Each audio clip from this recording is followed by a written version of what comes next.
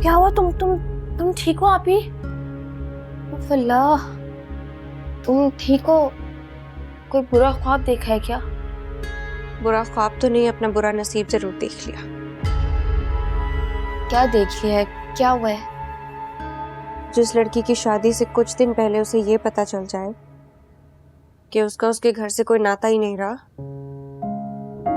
जिस घर में वो पैदा हुई, उसका बचपन गुजरा, उसकी जवानी गुजरी, अब वो उस घर और उस घर वालों के लिए अजनबी हो रही है, तो सोचो उसका क्या हाल होगा। उसको तो अपना नसीब बुरा ही लगेगा ना। मैं समझी नहीं, क्या कहना चाह रही हूँ?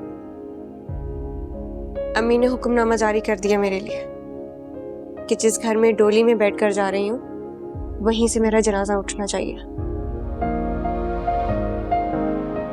ऐसा क्यों कह रही है? कोई रीजन तो दिया होगा तुम्हें आप ही। शायद वो अपने माजी का बदला लेना चाहती है हम दोनों से। वो कैसे? जिस तरह अम्मी अपनी शादी के बाद कभी अपने मैके नहीं गई, अपने भाई से नहीं मिली, उसी तरह वो चाहती हैं कि हम भी अपना घर और अपना भाई भूल जाएं। अच्छा, मैं झाड़ू लेकर आती हूँ, ये सब संभालूं।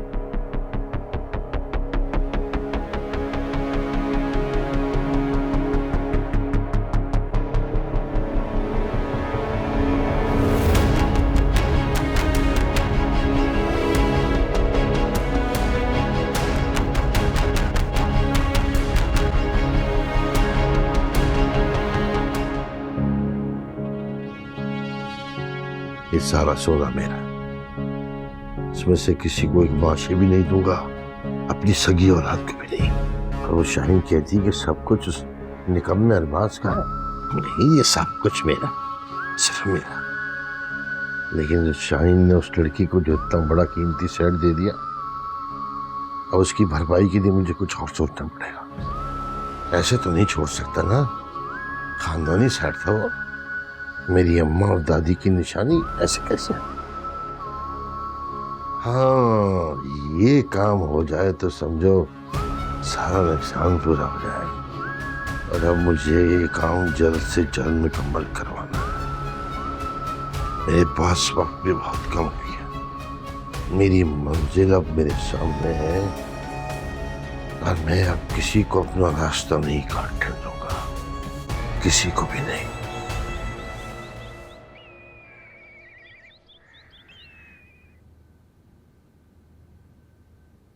अरे तुम अभी तक किचन के कामों से आजाद नहीं हुई?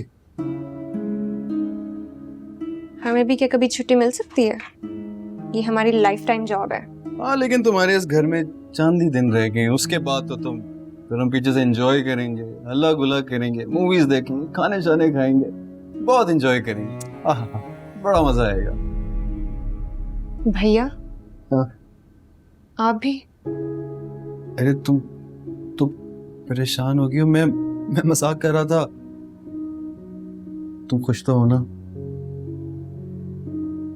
मैं बहुत खुश हूँ भैया। तो फिर लग क्यों नहीं रही? देखो मेरी बात सुनो, तुम इस घर की बेटी थी, हो और हमेशा रहोगी। अगर खुदा ना वास्ता कल को कुछ ऐसा होता है कि तुम अपने आप को बिल्कुल अकेला महसूस करती हो, तो क्या करना है? उसी वक्त अपने भाई को कॉल करनी है। मैं तुम्हारी एक पुकार पे तुम्हारे सामने खड़ा हूंगा, समझी? लेकिन अम्मी वो कहती हैं कि अब मेरा इस घर से कोई रिश्ता नहीं रहेगा। क्या मतलब कोई रिश्ता नहीं रहेगा? उन्होंने मुझसे कहा कि मैं इस घर से डोली में बैठ के जा रही हूँ, तो मेरा जनाजा अरबाज के घर से ही उठना चाहिए। अल्लाह, ये बहुत पुराने ख्यालात की सोच है, पहली बात। और दूसरी बात, वो वक्त चला गया जब बेटियां माँ बाप पे बोझ हुआ करती थी और उनको डोलियों में बैठाते वक्त उनके जनाजे उठा दिए जाते थे यार। नहीं भैया, जमाने नहीं बदला करते। आज भी वही जमाना है और वही दौर है। हम बेटियां अपने माँ बाप के लिए कल भी बोझ थी और हमें हमेशा बोझ ही समझा जाएगा। इसलिए तो राज आते के साथ पकड़ा के चलता कर देते हमें। बात सुनो, कुछ दिनों के अंदर तुम्हारी शादी है। खुश रहो, पॉजिटिव रहो। तुम क्या कर रही हो? मैं कोशिश तो करती हूँ भैया, लेकिन अम्मी तुम अम्मी की फिक्र ना करो, वो तो हमेशा ऐसी बातें करेंगी। मैं हूं ना, मैं देख लूंगा। तुम्हारा काम क्या है? रिलैक्स, अम्मी के बारे में ना सोचो, खुश रहे पागल।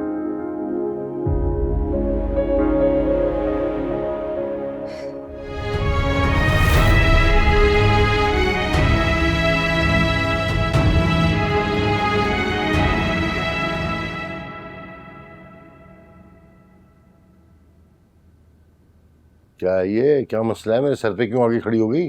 बिलाल जी, मसला तो बहुत बड़ा है और ये मसला आपको ही हल करना पड़ेगा। अच्छा, पता तो चले मुझे क्या मसला है।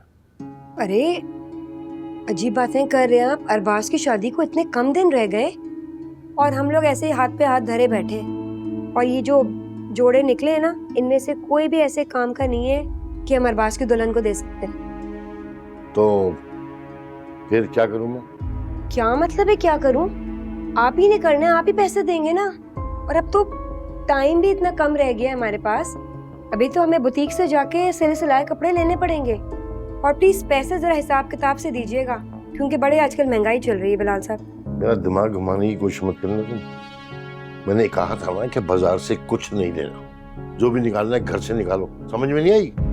अरे तो निकाला तो है ये सब कुछ, पर इनमें से कोई भी जोड़ा इतना अच्छा नहीं है कि हम उसको बरी में रख सकें दुल्हन के। अब कैसी बातें कर रहे हैं, यानी कि हद हो गई है बिलाल साहब। जहाँ पर बचत करनी चाहिए थी वहाँ पर आपने दिल खोल के लुटाया है, और अब जब सही वक्त आया है खर्च करने का, आप दामन झटक रहे। और एक बात मेरी कान खोल के सुन लो, अरबाज की शादी का मुझे कोई शौक नहीं है, ना मेरे पास कोई फालतू पैसा कि मैं उस बेकार निकम्मे पे खर्च करूं। ये बार बार मुझसे पैसे मांग के तंग मत करो मुझे।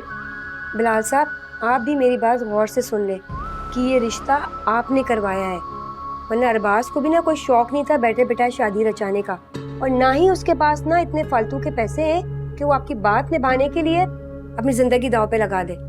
ये आप ही का शौक था बैठे बैठाए नेकी कमाने का, लेकिन ये नहीं पता कि कभी कभार नेकियां ही अपने गले पड़ जाती हैं। ये सारी पट्टियां शाइन की पढ़ाई भी है ना, जो तुम्हारे पर पुर्जे निकल रहे हैं और तुम बड़ बड़ चढ़ चढ़ के बोल रही हो। याद रखना, मेरा नाम बिलाल है, मलिक बिलाल। सारे पर कतर दूंगा तुम्हारे। फिर बैठना कोने खुदरों में मुंह देखे अपना और रोती रहना। चलो उठाइए, कोई पैसे वैसे नहीं मेरे पास। अरे निकले यहाँ से, उठाओ।